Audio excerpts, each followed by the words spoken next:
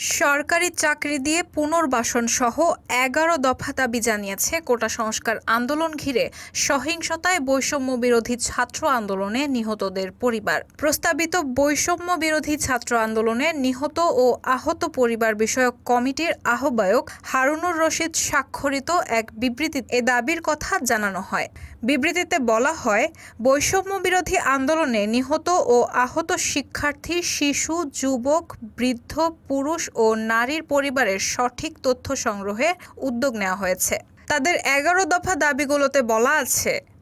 প্রাথমিক থেকে মাস্টার্স পর্যন্ত সকল ছাত্রছাত্রীদের ফুডকার্ট বয়স ভিত্তিক আনুমানিক কম বেশি ২ থেকে ৩ হাজার টাকা মাসিক অনুদান, চাকরি প্রত্যাশীদের বেকার ভাতা হিসেবে ৩,০০০ টাকা প্রদান, বৈষম্য বিরোধী ছাত্র আন্দোলনে আহতদের সেনা তত্ত্বাবধানে চিকিৎসা ও নিহতদের সঠিক তথ্য অনুসন্ধানে সশস্ত্র বাহিনী ও শিক্ষার্থীদের সমন্বয়ে অনুসন্ধান কমিটি গঠন করা এবং ক্ষতিগ্রস্ত পরিবারকে দ্রুত পুনর্বাসন করা, বেসরকারি বিশ্ববিদ্যালয় শিক্ষার্থীদের সরাসরি সরকারি শিক্ষাবৃত্তি প্রদান, পিলখানা শহীদ সেনা কর্মকর্তা সহ অদ্যাবধি বিভিন্ন আন্দোলন ও বৈষম্য বিরোধী ছাত্র আন্দোলনে নিহত শহীদদের স্মরণে শেখ হাসিনা পরিবারের বিভিন্ন ব্যক্তির নামে স্থাপিত শিক্ষা প্রতিষ্ঠানের নাম পরিবর্তন করে ওই শহীদদের নামে নামকরণ, জাতিসংঘে শান্তিরক্ষা মিশন সমাপনকারী দল নিরপেক্ষ সাবেক সেনা ও পুলিশ বাহিনীর সদস্যদের চলমান আইন শৃঙ্খলা পরিস্থিতির উন্নয়ন ও নিরাপত্তা রক্ষায়